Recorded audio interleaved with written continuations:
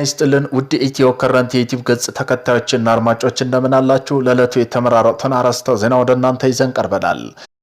በኢራን ተገርማለች። ኒውዮርክ ታይምስ እንደዘገበው ከሆነ የአሜሪካ ባለስልጣን በኢራን ወታደራዊ ምላሽ ተገርመዋል። ጥቃቱ እንዲሰፊ ይሆናል እንዲሁም ለረጅም ጊዜ ይቀጥላል ብለን አልጠበቅንም ነበር ብለዋል። ብዙዎቹ አስጠንቅቀዋቸው የነበረ ቢሆን እነርሱ ግን ሊሰሙ አልቻሉም። እንደ ቬንዙዌላ ሁኔታ ቀላል ይሆናል ብለው አስበው ነበር። እነዚህ ባለስልጣን እነማን እንደሆኑ ባይታወቁም እንዲህ ባለ የዋህነት መጠመዳቸው ግን እጅግ የሚያስደንቅ ነው ሲልም ዘግቦታል። ምላሽ ለትራምፕ የተሰዋው የኢራን ህዝብ ባዶ ዛቻ አይፈራም፣ ከጥፋት ለመዳን ራስን ጠብቅ ሲሉ ተናገሩ። በሆርሙዝ ባህር ሰርጥ ላይ በተፈጠረው የንግድ መስመር መዘጋት ሳቢያ በአሜሪካና በኢራን መካከል ያለው ፍጥጫ ወደ ከፍተኛ ደረጃ ተሸጋግሯል። የኢራን ብሔራዊ ዘብ ምክር ቤት ዋና ጸሐፊ አሊ ላራንጀሪ ፕሬዝዳንት ዶናልድ ትራምፕ ላሰሙት የኃይል ዛቻ ግልጽና ጠንካራ ምላሽ ሰጥተዋል። በዚህም ጉዳይ ዜና ጥንቅራችን አካተናል። ትራምፕ በኢራን ጉዳይ አጣብቅኝ ውስጥ ገብተዋል። እናም ከሩሲያ በኩል አስታራቂ እየፈለጉ እንደሆነ አንድ የፈረንሳይ ጂኦፖለቲክስ ባለሙያ ገልጸውታል። በዚህም ጉዳይ ዜና ትንታኔያችን አካተናል። ቆይታችሁ የምትሰሙት ይሆናል። የኢራን አብዮታዊ ዘብ ኃይል IRGC የአየርና ጠፈር ኃይል አዛዥ ሙሳቢ ያስተላለፉ መልእክት ካሁን በኋላ ከአንድ ቶን ያነሰ የጦር አውድ የተሸከመ ማንኛውም ሚሳኤል አይተኮስም ብለዋል። የሚሳኤል ተኩሶቹ የሞገድ እርዝመትና የሞገድ መጠኖች ይጨምራል፣ እንዲሁም የሚሸፍኑት ርቀት ይብለጥ ሰፊ ይሆናልም ሲሉም ገልጸዋል። በዚህም የሚያሳየው የጦርነቱን ክባድ መሆኑን ያሳያል። በምን ምክንያት ሊቆም ይችላል? ኢራን ከአሜሪካ ጋር ለረጅም ጊዜ ጦርነት የተዘጋጀውት ለዲፕሎማሲ የሚሆን ቦታ የለኝም አለች። አሜሪካና እስራኤል ኢራን መካከል ያለው ጦርነት 10ኛ ቀኑን በያዘበት በአሁኑ ወቅት ኢራን ከአሜሪካ ጋር የሚደረገው ረጅም ጦርነት መዘጋጀቷንና ለዲፕሎማሲ ቦታ እንደሌለ ገልጻለች። በዚህም ጉዳይ ዜና ትንታኔ ያካተናል። ፑቲን የኢራን ጦር በፍጥነት ለማቆም የሚያስችል የሰላም እቅድ ለትራምፕ አቅርበዋል። በዚህም የዜና ትንታኔ ያካተናል። ቆይታችሁ የምትሰሙት ይሆናል። የሩሲያው ፕሬዝዳንት ፑቲን ሞንታጅቢ እንኳን ደስ አለ ሲሉ ገልጸውታል። የትኛውም አዲስ መሪ የአሜሪካ ይሁንታ ማግኘት አለበት ሲሉ ትራምፕ ገልጸዋል። በዚህም ጉዳይ ዜና ጥንቅራችን አካተናል። ቆይታችሁ የምትሰሙት ይሆናል። የቡድን 7 ሀገራት የአደጋ ጊዜ መጠባበቂያ ነዳጅን ስለመልቀቅ ሊወያዩ መሆኑ ተገለጸ። ከዜና ጥንቅራችን ጋር አካተነዋል። ቆይታችሁ የምትሰሙት ይሆናል። በመካከለኛው ምስራቅ የተፈጠረውን ውሳኔ የሳውዲ አዲስ ውሳኔ ወስናለች። ይህ ውሳኔ ምንድን ነው የሚለውንም የዜና ጥንቅራችን አካተናል። ቆይታቸው የምትሰሙት ይሆናል። ቤተሰብ ለመሆን ላይክ፣ ሼር፣ ሰብስክራይብ ማድረገውን እንዳይረሱ። ወደ መጀመሪያ ዜና ትንታኔያችን ስናልፍ የኢራን የምላሽ ለትራምፕ የተሰዋው የኢራን ህዝብ ባዶ ዛቻ አይፈራም፣ ከጥፋት ለመዳን ራስን ጠብቅ አሉት። በሆርሙዝ ባህር ሰርጥ የተፈጠረው የንግድ መስመር መዛባት ሳቢያ አሜሪካ በኢራን መካከል ያለው ፍጥጫ ወደ ከፍተኛ ደረጃ ተሻግረዋል። የኢራን ብሔራዊ ዘብ ምክር ቤት ዋና ጸሐፊ አሊ ላራንጀሪ ፕሬዝዳንት ዶናልድ ትራምፕ ላሰሙት የኃይል ዛቻ ግልጽና ጠንካራ ምላሽ ሰጥተዋል። ትራምፕ ኢራን የባህር መስመር ካገደች 20 እጥፍ የሚበልጥ ጥቃት ሰነዝራለሁ ማለታቸውን ተከትሎ ላራንጂ በኤክስ ገጻቸው ባሰፈሩ መልእክት የተሰዋው የኢራን ህዝብ ለባዶ ዛቻ አይፈራም፣ ከጥፋት ለመዳን ራስን ጠብቅ ብለውታል።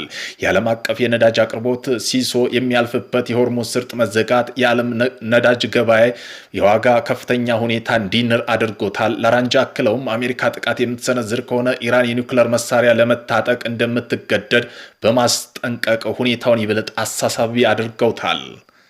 ትራምፕ በኢራን ጉዳይ አጣብቅኝ ውስጥ ገብተዋል። እናም ከሩሲያ በኩል አስታራቂ እየፈለጉ መሆኑን አንድ የፈረንሳይ ጂኦፖለቲክ ባለሙያ ገለጹ። ሩሲያ በመካከለኛው ምስራቅ ትልቅ ሚና አላት። ቭላድሚር ፑቲን ከኢራን አመራሮች ጋር ብቻ ሳይሆንም እንደተባበሩት አረብ ኤምሬት ካሉ የብሪክስ አባል ሀገራት ጋርም እጅግ የላቀ ግንኙነት አላቸው። ትራምፕ ከሩሲያ ጋር በመተባበር በድርድር የሚገኝ የመፍትሄ መንገድ መፈለጋቸው የሚያስደንቅ አይደለም ሲሉ የጂኦፖለቲክ ባለሙያ ጂቬር ሞሮል ስፑትኒክ ገልጸዋል። የነዳጅ ዋጋ ከፍተኛ ሁኔታ እየጨመረ በመምጣቱ ትራምፕ በሩሲያ ድሮ ካርበን ምርቶች ላይ የተጣለው ማዕቀብ በማንሳት በአሜሪካ ገበያ ሊከሰት የሚችሉ ቀውስ ለመከላከል እያሰቡበት እንደሆነ ባለሙያዎቹ ገልጸዋል። በመሆኑም ፑቲን የኢራን ጦርነት በፍጥነት ለማቆም የሚያስችል የሰላም እቅድ ለትራምፕ አቅርበዋል።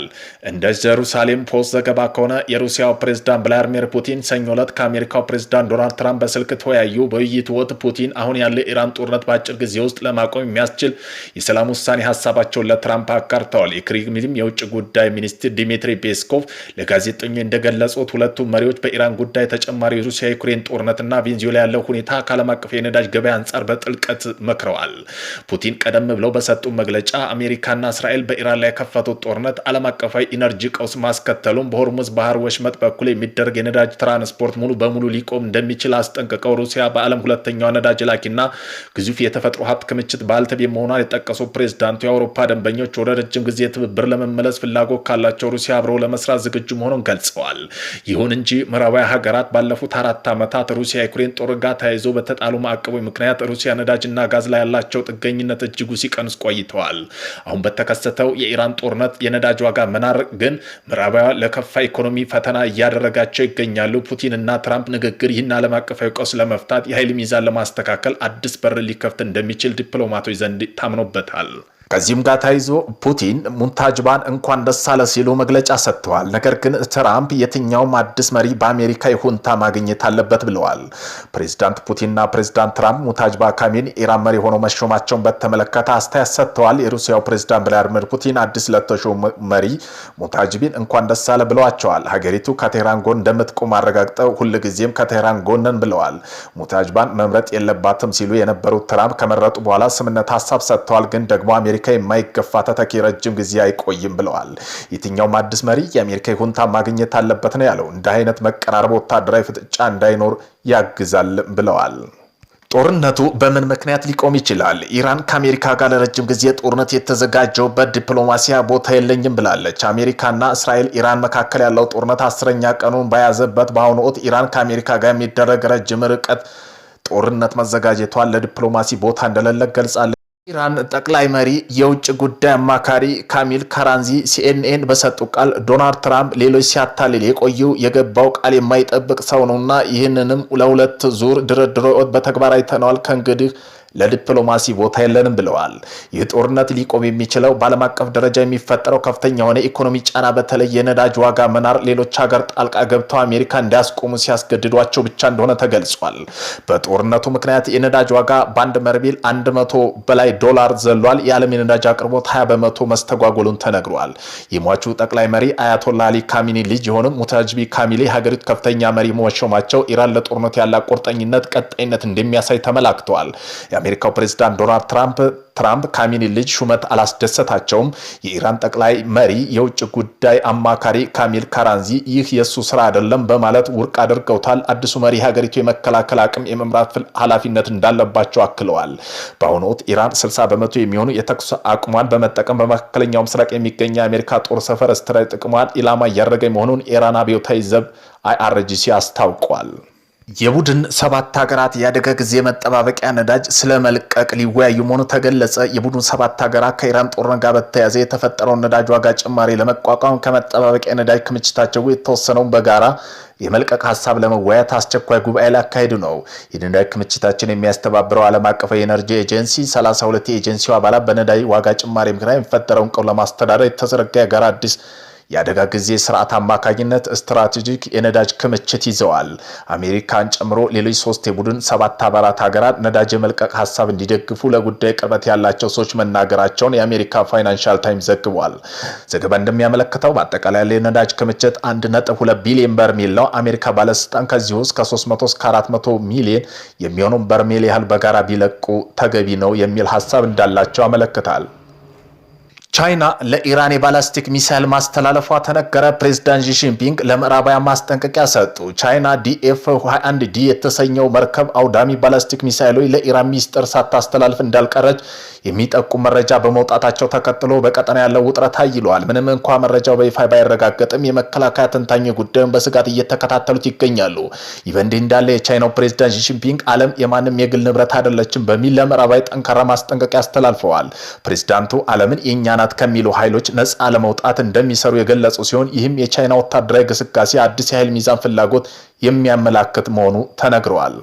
በመሆኑም ዓለም የማንም የግል ንብረት አይደለችም ሲሉ የቻይናው ፕሬዝዳንት ሺ ጂንፒንግ ገልጸዋል። የቻይናው ፕሬዝዳንት ሺ ጂንፒንግ ለምዕራባውያን ጠንከር ያለ አስደንጋጭ መልእክት ሰጥተዋል። የቻይናው ፕሬዝዳንት ሺ ጂንፒንግ በቅርብ ባደረጉት ንግግር ሀገራቸው ዓለምን የመቆጣጠር ፍላጎት እንደሌላት ገልጸው ይልቁንም ዓለም የኛ ናት ከሚለው ከሚያምኑ አካላት ነፃ ለመውጣት እንደምትሰራ በይፋ አስታውቃል። ይህ ንግግር በታላላቅ ሀገራት መካከል ያለው የጂኦፖለቲካ ፍጥጫ አዲስ ምዕራፍ አድርጎታል። ፕሬዝዳንቱ ይህን መልእክት ያስተላለፉት የቻይና ወታደራዊ ዝግጁነትና ዘመናዊ ጦር መሳሪያ የሚያሳይ መድረክ ላይ ሲሆን ንግግራቸው በተለይ ለምዕራባዊ ኃይሎች የተላከ ጠንካራ ማስጠንቀቂያ ተደርጎ ተወስደዋል። ሺጂንፒንግ አጽንኦት ሰጥተው ዓለም የጥቂት ሀያላን ሀገራት የግል ንብረት መሆን እንደሌለባት ቻይና ወታደራዊ ግስጋሴ ዓላማው ይሄ ነው ብለዋል። ይህ የአቋም መግለጫ ዓለም አቀፋዊ ደረጃ ከፍተኛ መነጋገሪያ ሆኗል። አንድ ተንታኝ ንግግሩ እንደ አዲስ የኃይል ሚዛን ፍለጋ ሲመለከቱ፣ ሌሎች ደግሞ ቻይና በዓለም መድረክ ላይ ያላትን ተጽዕኖ ለማስፋት የያዘው ስልታዊ አካሄድ መሆኑን ይገልጻሉ።